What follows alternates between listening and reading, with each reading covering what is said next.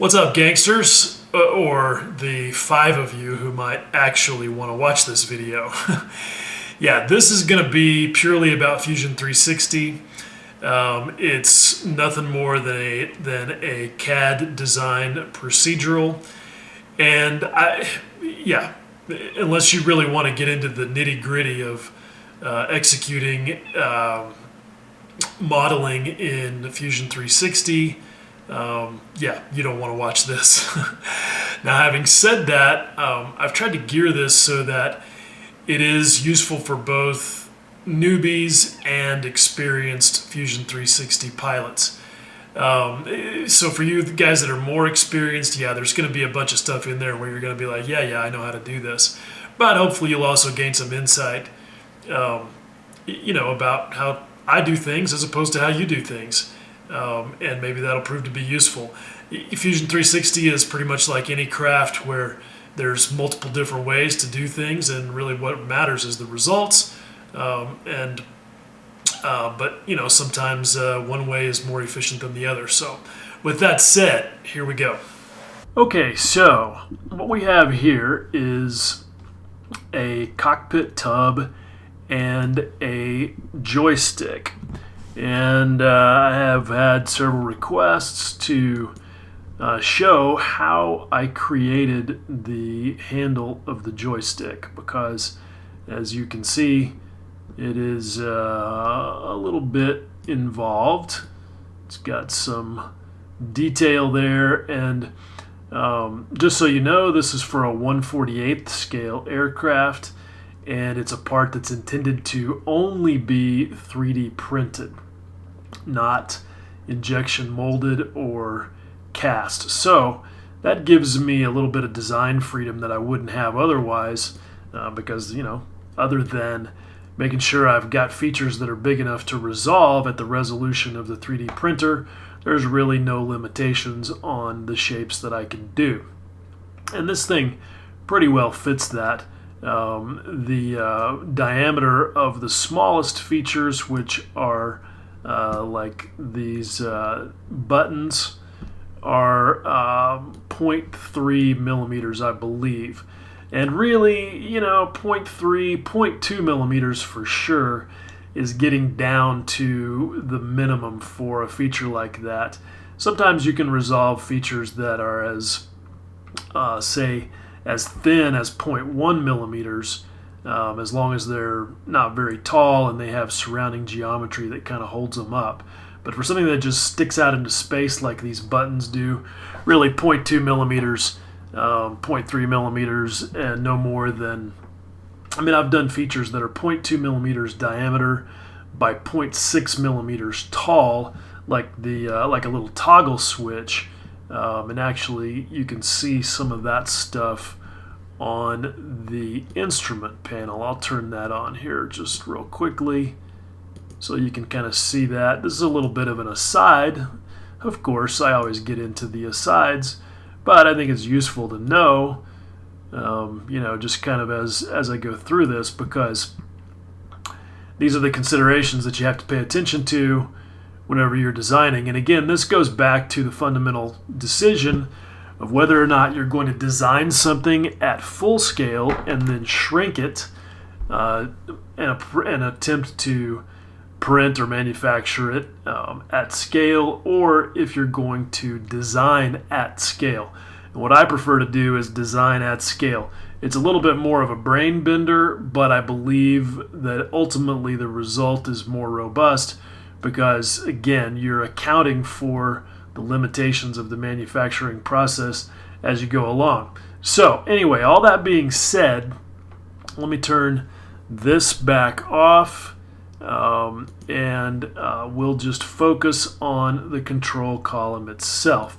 So what I've got right now is the entire assembly is active, and you can see that with the fact that the little dot is in place right there.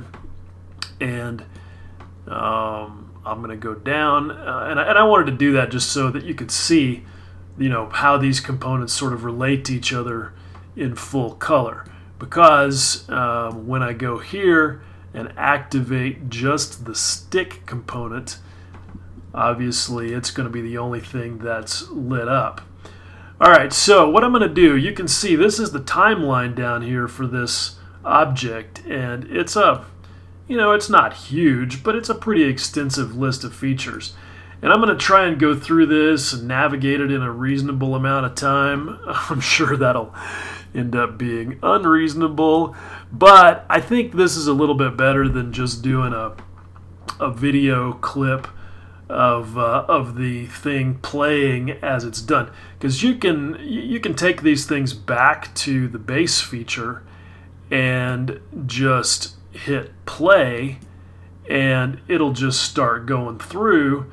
But again, without some narration, that doesn't really tell anybody a whole lot, because all of this stuff involves some whys and what fors.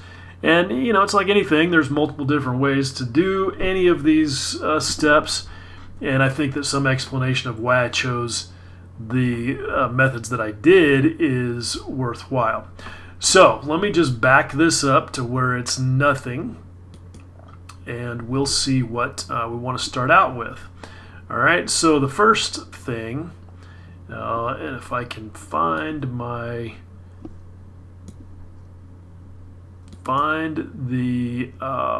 okay, so let's just play the first feature, and hopefully I'll get the timeline slider on here. Sometimes that thing will disappear and not come back, and you really need that. And this apparently is one of those cases. Of course, when I'm trying to do a demo is when it decides to go away. And honestly, I don't know the trick for getting it to come back. So I'm going to have to see if I can get it back, because it's impossible to really navigate this without it. Okay, here we are back again, and hopefully back in action here. The thing that I was talking about is this gizmo right here that you can grab and slide to whatever point in the timeline you want to see. And that, for some reason, it's a bug in Fusion. Sometimes it just disappears, and I had to close the file and restart it to get that stupid thing to come back. But it's really handy because, whether you're just trying to look at a particular place on the timeline, or whether you want to go back to a certain place and insert a feature, it's essential for that. It's also nice sometimes if you know that you're going to go back and modify something to rewind the timeline to where it's directly in front. Like, let's say that I wanted to modify nothing but this sweep, then it would be it's essential to be able to rewind the timeline just to that point.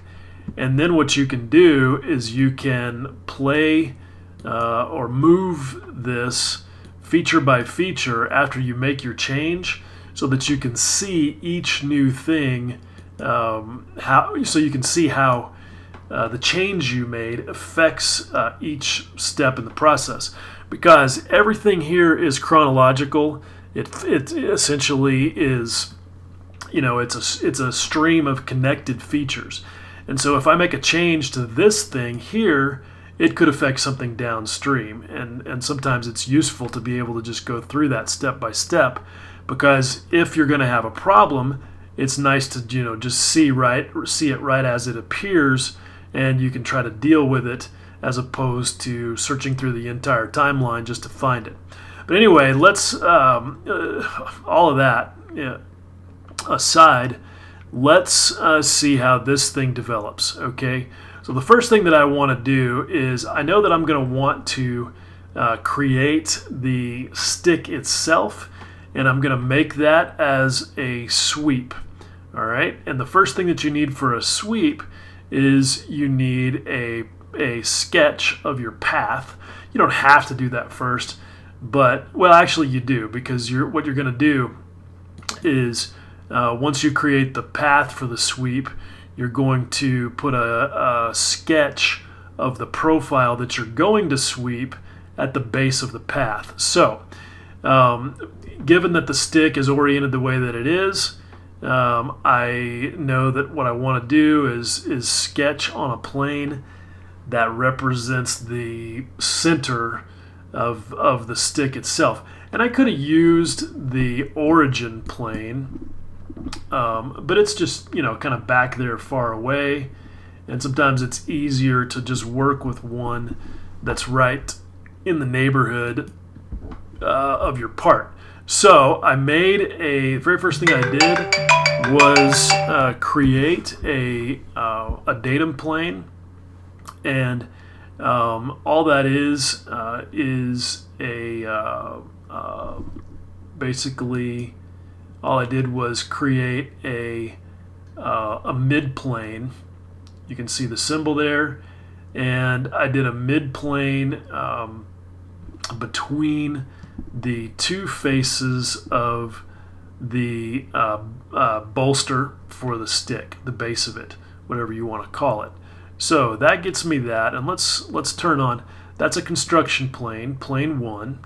All right. The first thing I'm going to do is create a sketch there, and this is a fully constrained sketch because I know that I'm going to end up modifying this along the way, because I don't know exactly how tall the stick needs to be or the exact radius of the curves here. I'm just working off of a photograph and just kind of eyeballing it, and how that ends up is going to really be based just visually on how it relates to the rest of the stuff in the cockpit, like the instrument panel and the seat and so forth. So I want a really good, well-behaved sketch for my base feature, and that's why all of this has been constrained. So there we go. Oh, and I should note that I did a projection off the bottom of the hole that the stick pokes into in that bolster. So I could, at least in theory, if I ever wanted to change the depth of that hole or the location of the hole or whatever, the stick would move with that. You can see that little triangle there. That's the midpoint constraint.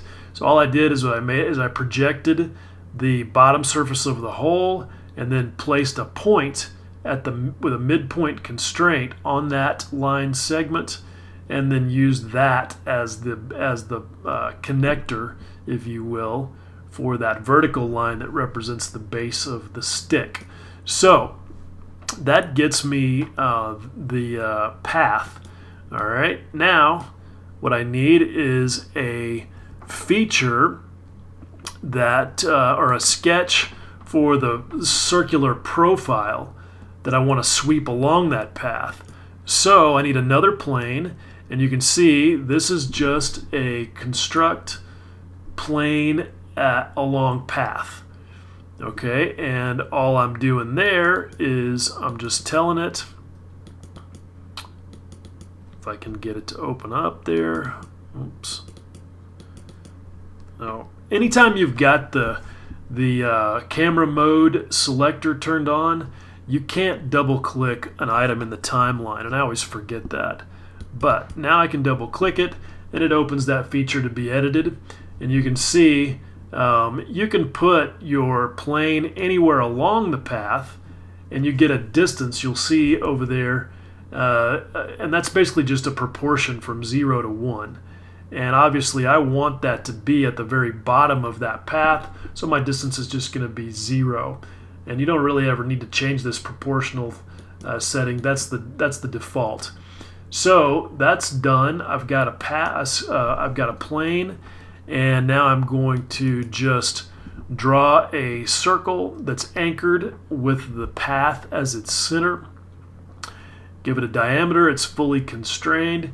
And also, just so you know, the hole that's going in, that's the hole that's in that bolster. I'm giving it a 0.2 millimeter clearance, which seems to work fairly well. I don't want this, I want to have to pound the stick in there with a hammer, obviously. So I want a relatively loose fit. So that gets me the profile of the thing that I'm going to sweep along the path, and then it's just like this. And I want to keep the profile perpendicular to the path along the entire sweep. That's pretty much the standard thing. And so when I do that, that gets me the base feature that represents the stick itself. So that was that sketch. All right. Okay, now I need to start creating the handle itself. And the bottom of the handle, as you'll see here in a second, is just a cylinder. So I've added that, and I've just used that, just done an extruded cylinder off the top surface of the stick.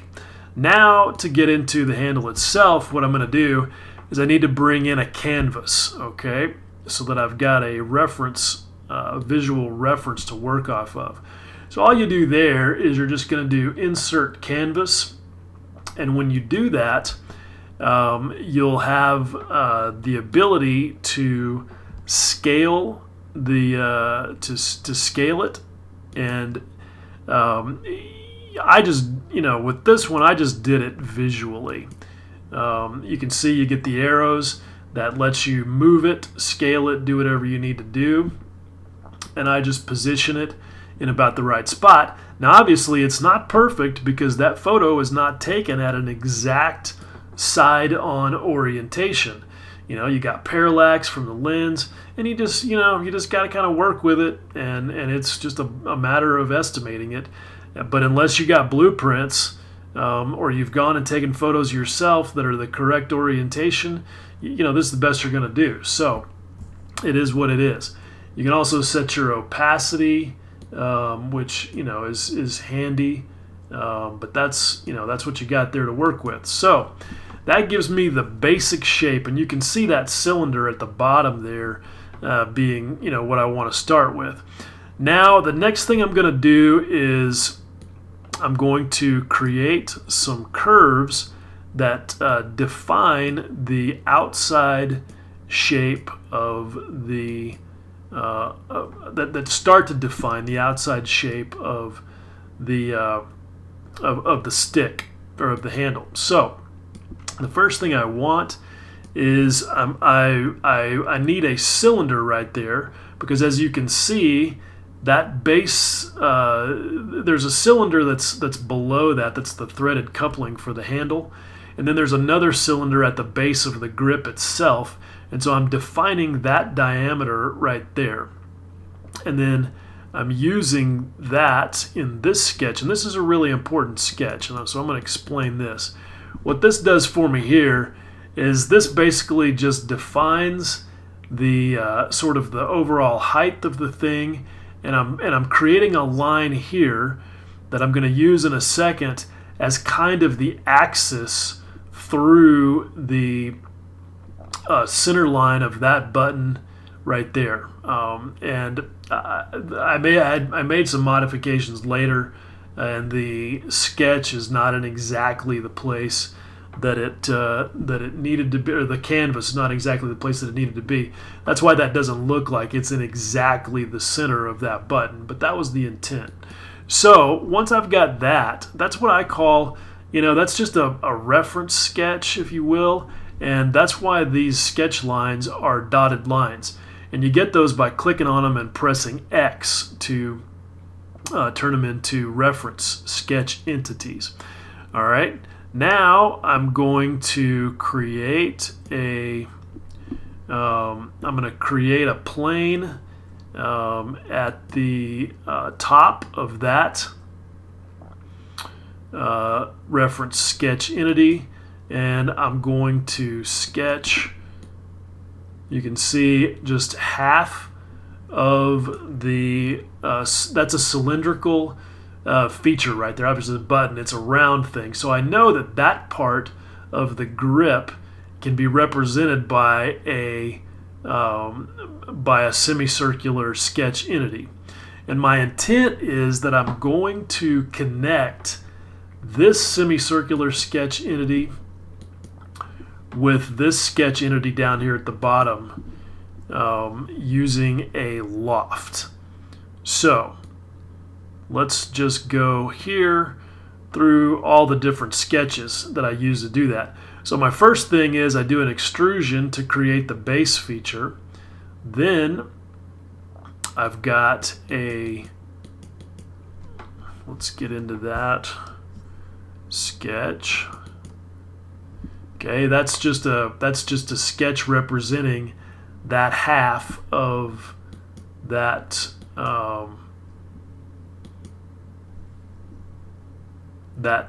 circular face right there. Okay, now the sketch that defines the outside shape of the grip itself. And let me just go ahead and let me back out of here and let me adjust this canvas so that it doesn't look quite so goofy. The canvas is not referenced anywhere, so I could move it all over the place and not really screw up anything. So no penalty there. Looks like it needs to go up a little farther. So just guesstimating there. So now that's in about the right spot. So let's go back to this sketch. So you can see how that lays along there. And again, this is just, eyeballing it and approximating it. You can see that I skipped these little scallops for the finger grips. I just chose to leave those off for this one because honestly, for this project, that was just more than I really needed to do. But you can see, basically, these are just splines, which I create using fit point spline. And, this is where you get into people will say, oh, well, you use the fewest number of points possible. Yes, that is true. You want the fewest number of points possible, but you need enough to allow you to really define a curve smoothly. If you don't have enough, you won't be able to define to lay the curve out smoothly, and it'll just be a problem. And I don't know of a way to go back and add points later. So it's better to have too many than not enough, honestly, at least within reason. The problem with having too many is that they can become very difficult to modify later. But you can. You can move these points all around in space, and that's how you change the shape.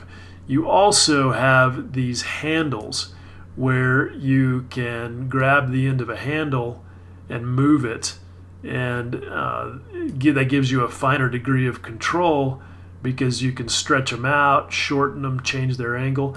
And in general, I tend to always move the points first. And if I can get the curve where I want it by doing that, then I don't worry about messing with the handles. So I'm going to just get completely out of editing the sketch because I don't want to accidentally save any of these things that I'm doing as I show you guys what's up. Now, let me point out that this sketch is completely unconstrained. And I don't like that, but honestly, with splines, that's kind of often the case. Because the only way that you can constrain these is by going in, and I'm going to hit D for dimension, and I'll just pick pick the base point, and all you can really do is start dimensioning the X and Y location of every single point in there. And even then, that's not a guarantee. And sometimes you'll get, like this is telling you that that's going to over constrain it. It can get pretty frustrating and pretty confusing. What I will do though sometimes is I'll use some constraints. Like I wanted to keep this point directly above this point right here. So I put in a horizontal vertical constraint right there. That little comb looking thing is what does that. But in general, this is going to be a thing.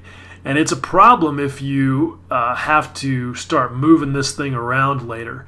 And splines can become really unruly.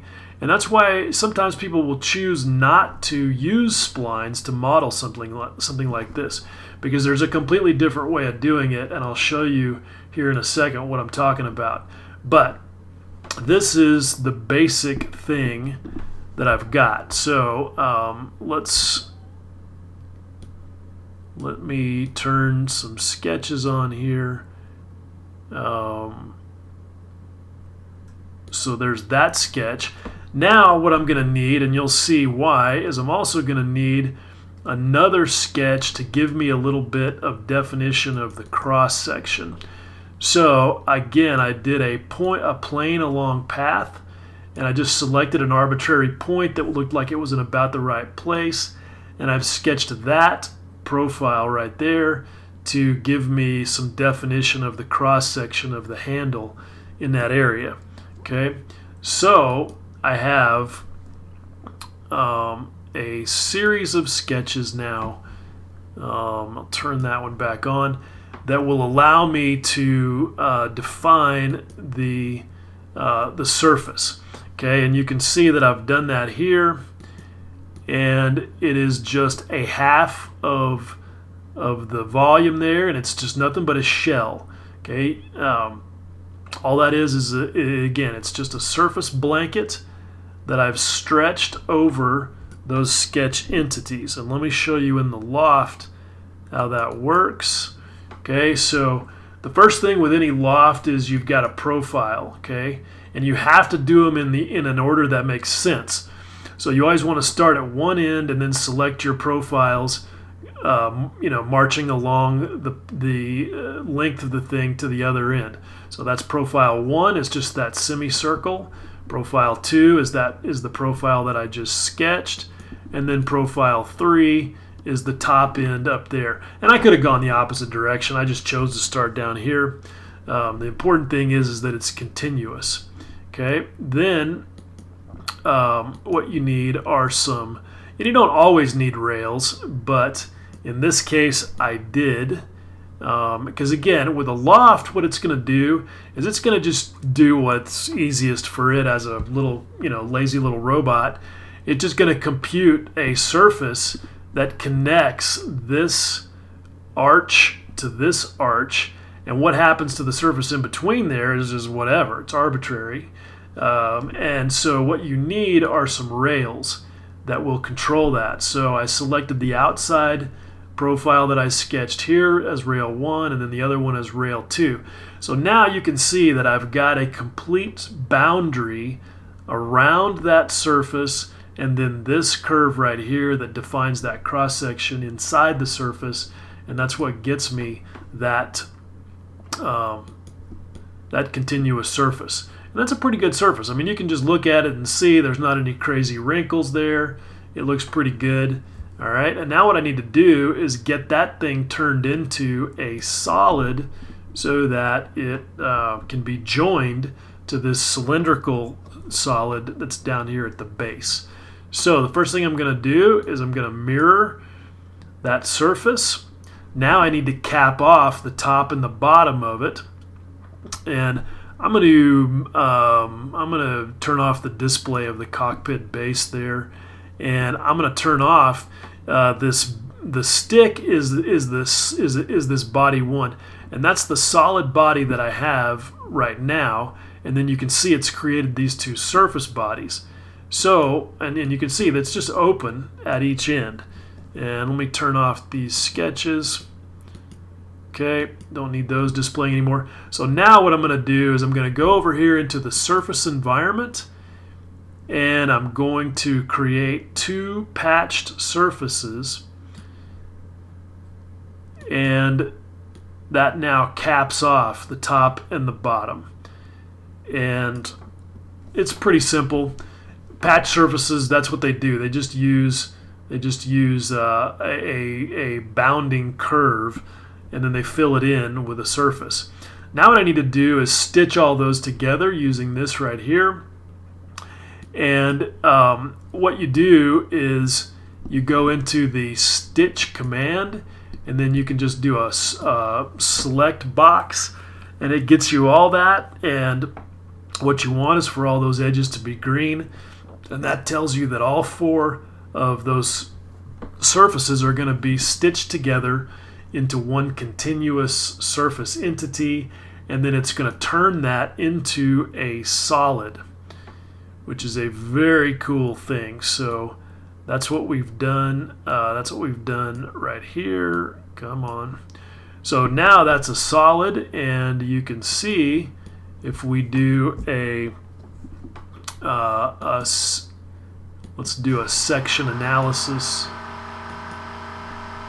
Hey, yay, my compressor going off out there in the studio. Alright, so for a surface analysis, we'll select that, and you can see when I move through there, look at the cross section, that is in fact a solid entity. Alright, and I want to join that to body 1. You can see that it's changed over here.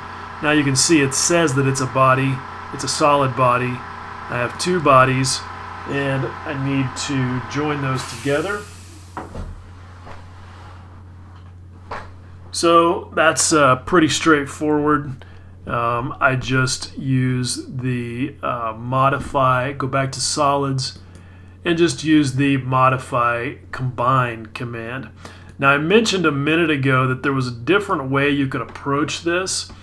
And if you know how to do it, it's more efficient. But I'm not a wizard yet with the form environment. But if you go over there, you get all kinds of different ways that you can create more organic shapes, and it would probably actually be easier and more efficient if I were good at it to use the form environment. But I just did not choose to do that, because with this project I wasn't trying to have to learn a whole new set of techniques just to be able to get this done. So that's why I did the lofted surface to stitch solid to combine method. So that gets me to this point right here, and you can see, so now I've got a base feature. It's pretty good. And now what I need to do is start adding the details to it. Okay, so I had to take a little break there, but getting back into it, let's move on to building some details. At this point, I felt like the simple thing to do was just start at the bottom and begin working my way up. And, okay, I take that back, because as you can see, I just put a chamfer up there on that edge. I also established a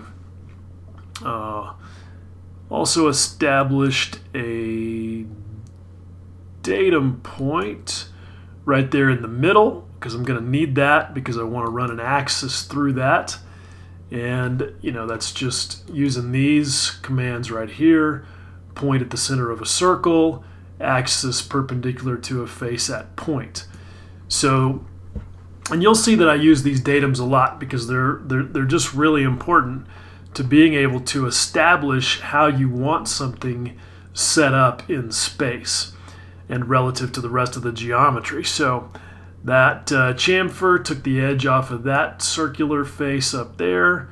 Now I'm going to put a sketch plane offset from that, and then we're going to create a revolved feature. Now let's go back to that plane 8. That's a plane that I'm going to be using for something else later. I just didn't want you to be confused, because my revolved feature obviously doesn't use that. That's a plane that I'm going to be using for something else later, and I ended up putting it here after doing a bunch of other stuff and then deciding that this was where I needed to insert it, and coming back and doing that. So anyway, just to clarify that. But at any rate, the The plane that I used to sketch this revolved feature on is just that center plane that I created at the beginning. And this is one of those situations where, as much as I preach about having really constrained and fully defined sketches, sometimes it's just not worth the time and effort to do that. And in particular, if you know you're not going to be modifying it later or moving any of this stuff around, you can get away with doing the minimum. But it's always better to know how to fully constrain a sketch and then break those rules in situations where you know the situation well enough to feel confident that you can get away from it. But anyway, a revolved feature is exactly what it sounds like. I'm going to take this profile and I'm going to revolve it around this green axis right here, and that's going to give me that button thing there on top. Pretty straightforward. All right.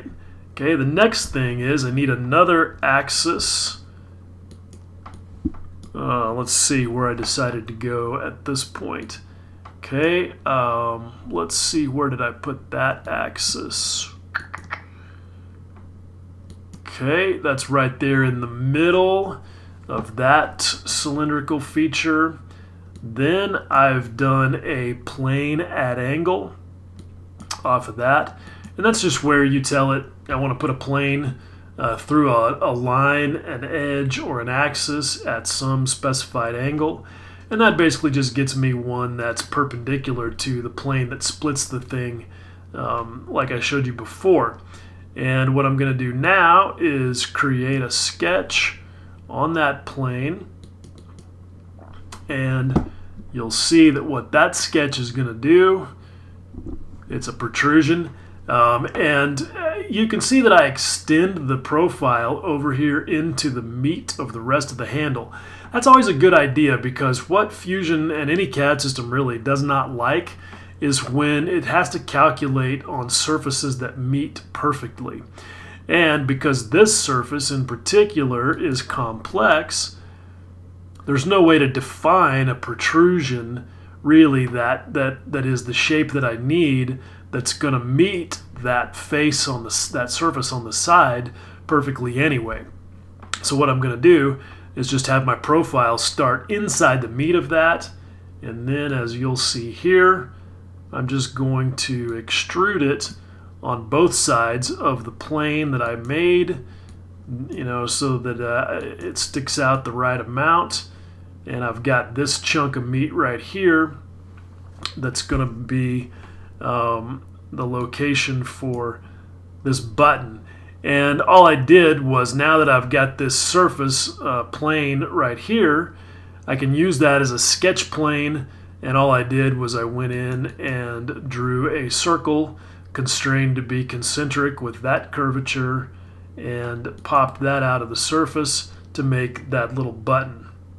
Okay, the next one is going to be a similar exercise of creating a datum plane, and you're going to start to see a pattern here.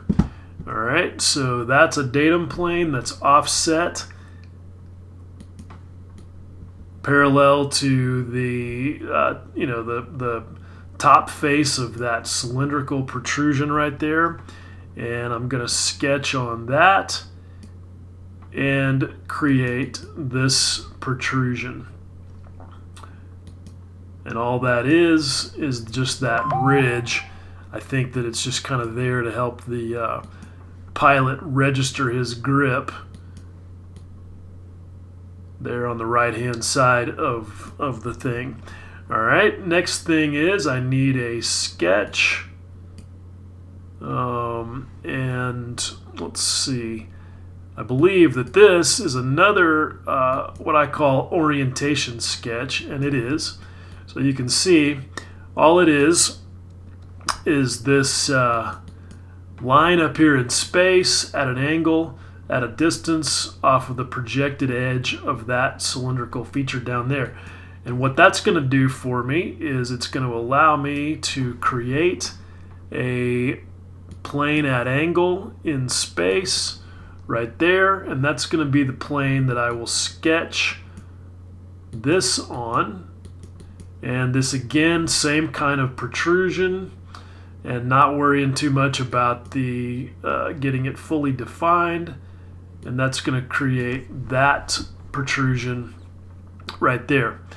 And the pattern that hopefully you can see emerging is that you could kind of say that creating the base feature using surfaces is sort of the so-called hard part, but the rest of it is really just using simple Boolean operations and sketches to create the details. It's just, a matter of grinding through it, and that's where you're going to create most of your features and spend most of your time. And part of what eats up that time, as you can see, is figuring out how, well, first of all, understanding the geometry, looking at your reference photos and kind of understanding, all right, this is a sort of semi-cylindrical thing that protrudes through the side of the grip, and it's angled at such and such, the face of the button is basically perpendicular to the plane that the stick is bent in. Like this one, it's going to be at some angle relative to the world, so that top face is at about a 45-degree angle to the horizontal. So understanding the geometry, just comes from spending time looking at the reference photos, but it also kind of just comes from experience too, where you can kind of imagine in your head, okay, I could see an axis through that feature and use that to build a sketch plane. And that's where you'll eat up a lot of your time, is figuring out how to arrange the datums so that you get to a sketch plane, because you have to have a sketch plane no matter what you do for these extrusions or cuts. And figuring out how to place the sketch plane in a way that's effective it just eats up time. There's just no way around that. So I've got another sketch here.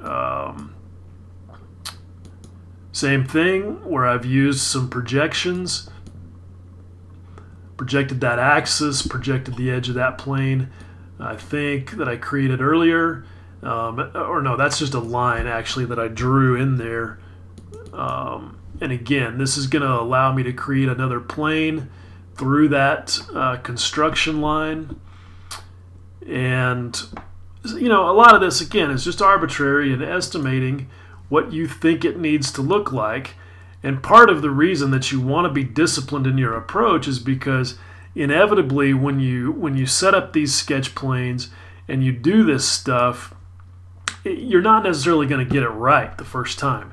You're going to have to make adjustments once, like with this protrusion right here, I adjusted that 3 or 4 times before I was happy with the position of this switch vertically relative to the top and bottom of the overall grip itself. So again, that's why you want to be pretty disciplined, and whenever you make these references, these things in purple, you need to really be aware of what you're referencing, because if you grab the wrong thing, you can cause yourself a lot of problems later on.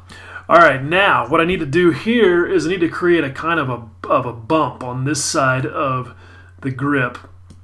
And this is not perfect. In the real grip, there's actually not a button right there. I think it may be a place where they allow for the addition of another button, but on this particular grip, it didn't have it.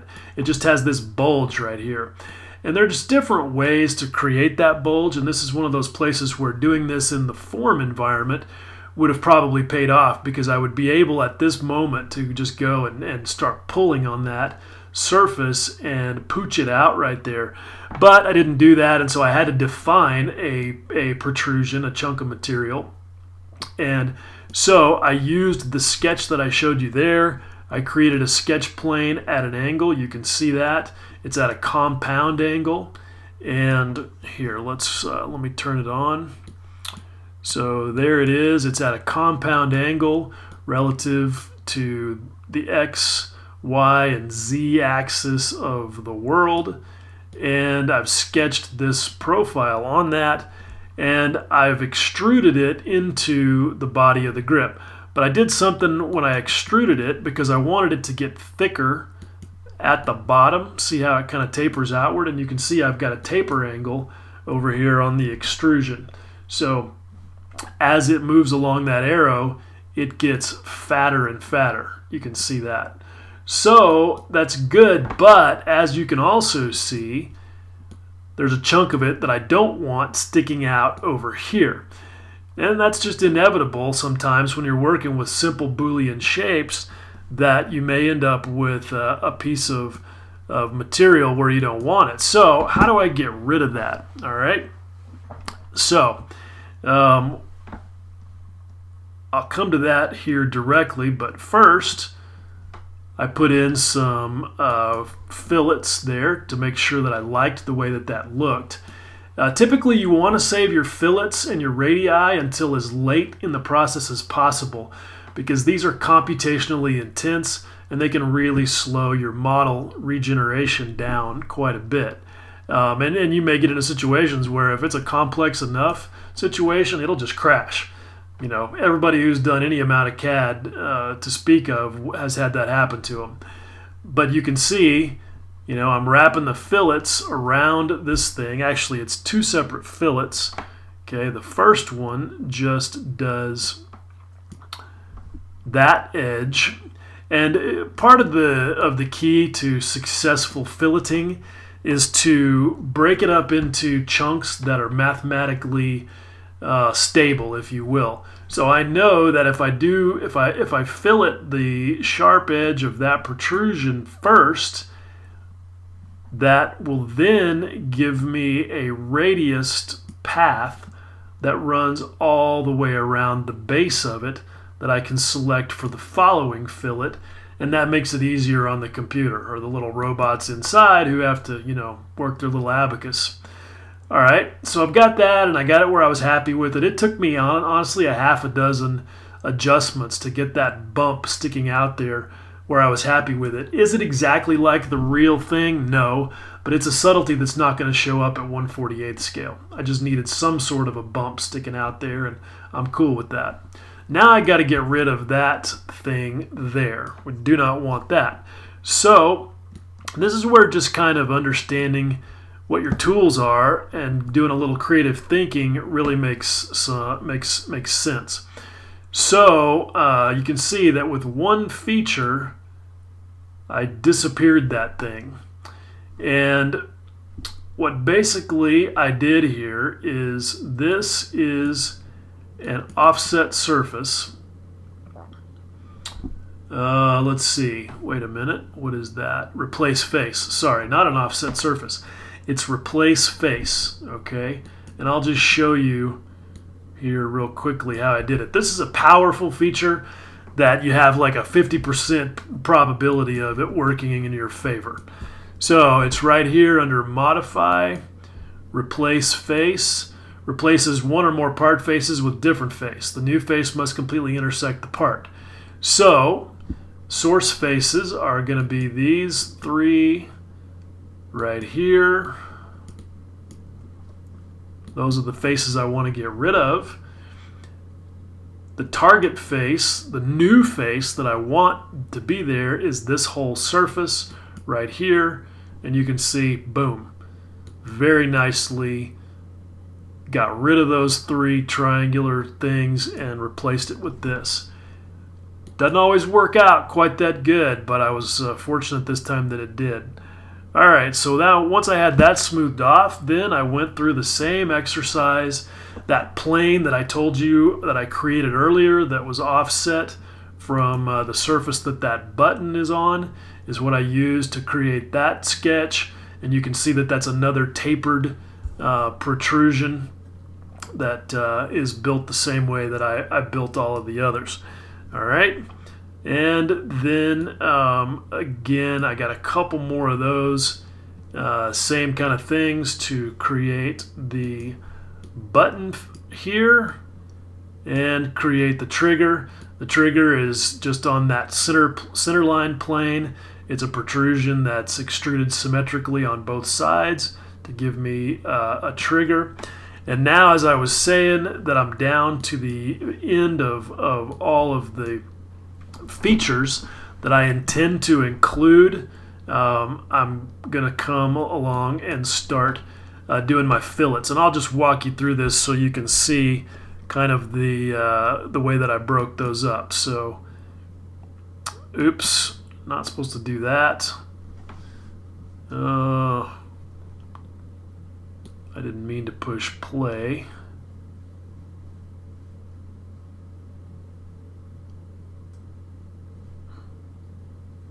Okay, I'll step forward just one feature at a time. So there you can see right here, I just got the edges of some of these, just using fillets that I know are simple fillets that all have a common radius. The next one is going to wrap around. This one, I did him all by himself. That's a pretty, complex fillet because it rubs up against some complicated surfaces. Not perfect, but again, not subtleties that I care about at 1/48 scale. Okay, next one. Let's see, where did that one show up? They're just right there on the outsides of that. And you can see that by highlighting a feature down here in the timeline, you can see where it is. Same thing happens when you hover over it in the feature tree. All right, next set of fillets is, you can see I wrapped around the top and bottom, well, just the top of that ridge. The next fillet gets the bottom of that. Next fillet is the bottom of the whole thing. Now, why does it look like still a square corner, but it's got that kind of line right there? It's because body 1 is still turned on.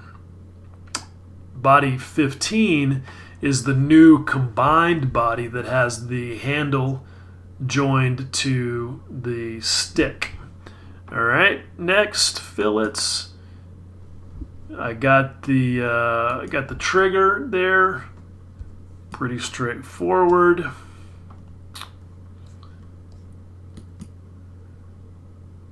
Okay, that one is just doing the top of some of the buttons. Okay, this one all around the base of that protrusion, and then the last one is around where is it? Around the base of this bottom protrusion, and that's that. That's the entire thing. You can see that a lot of it, like I said, is just a matter of just sort of disciplined grinding and using your tools repeatedly. This, I think I probably spent, I don't know, maybe 3 or 4 hours building this stick. And that may seem like a long time. And of course, when you watch these demos on YouTube, they do this stuff super fast. Yeah, trust me, in most of those cases, they've practiced those. And they're not actually, figuring out how to engineer a complicated part from the beginning, like you are in the real world. And it does. It takes time, at least if you're trying to do a good job. Now, let's say, let's just see what happens. What if I wanted to come back here and I wanted to add the scallops for the finger grip? I still, I don't care really too much about doing that because, again, the size and of this thing, it's just really not going to add that much value. But let's just see how we would do that. It's a good, quick little, on-the-fly demo on camera. So the first thing I'm going to do is I need to know what sketch plane I want to create my profile on. And oops, that's a sketch, not a sketch plane. Let's this center lines plane that I used for all that other stuff is the right one for this as well. So I'm going to go up here, create sketch, grab that plane, and it immediately goes into the sketch environment. All right, so let's kind of get in there. And again, because of angles and parallax and all that stuff. It's not going to be exact, but that's okay. So let's just do a spline and start laying some curves in here.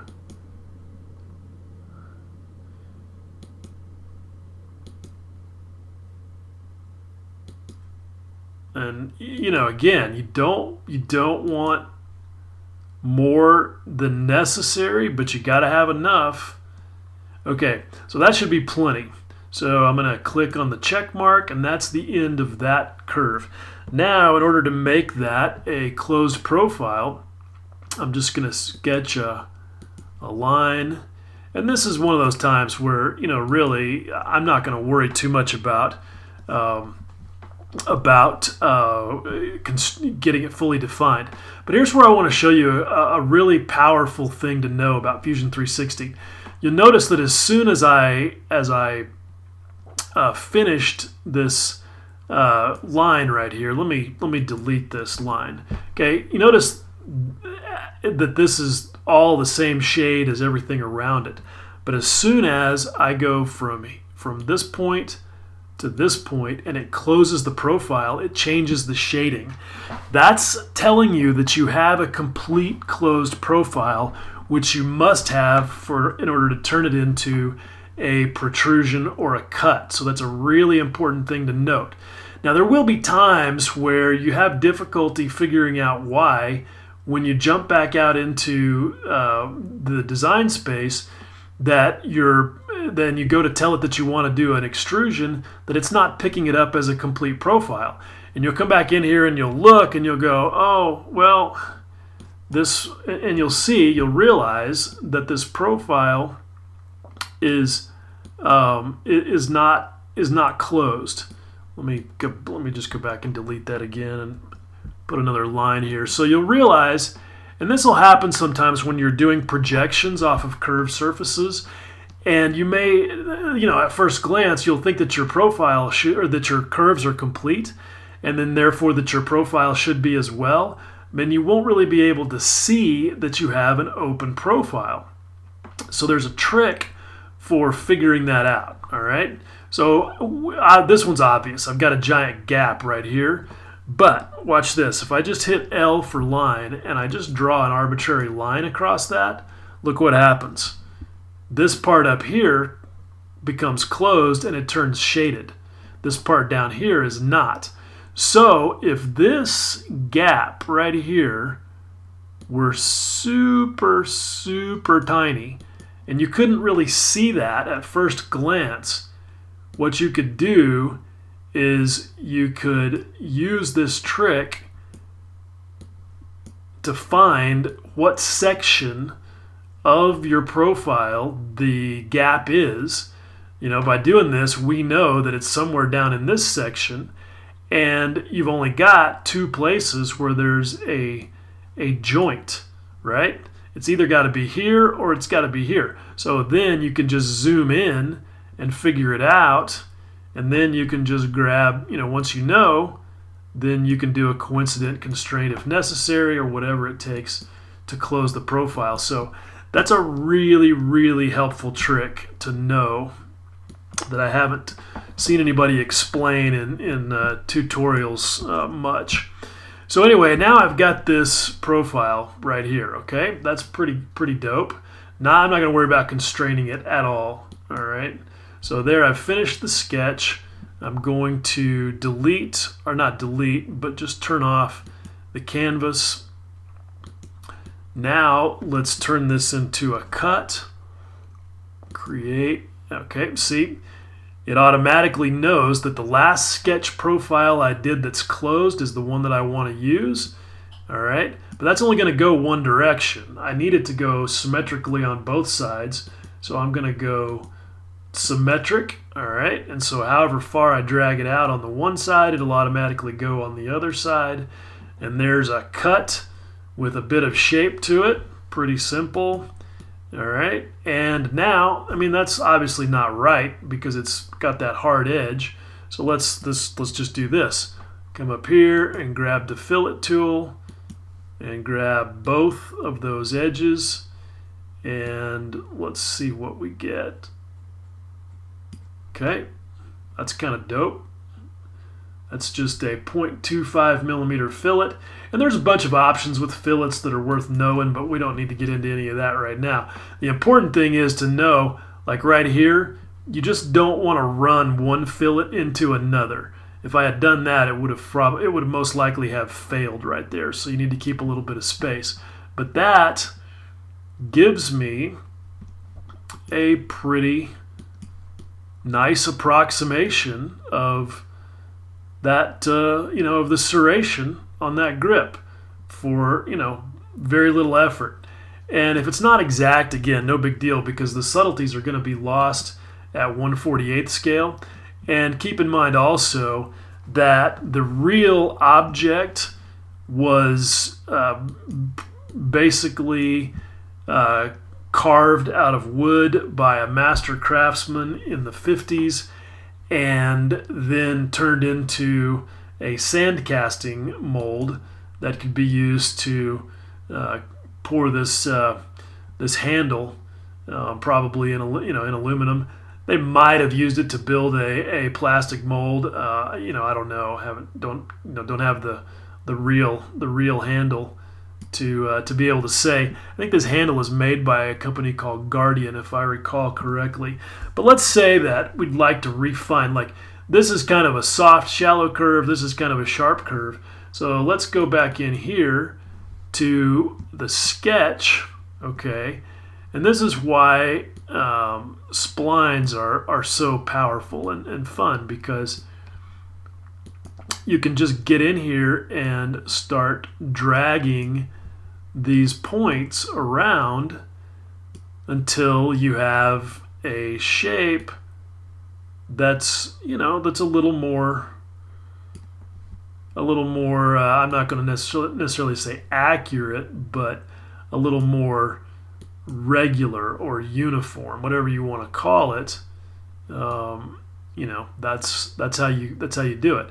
And you can see how trying to define the location of each one of these points could get to be pretty tedious. So anyway, not even going to worry about that. But there we go. That's a better looking grip right there. And I think I'm actually gonna leave that in there. Might as well. Why not? So at that point, I'm going to save, and thus endeth the demo.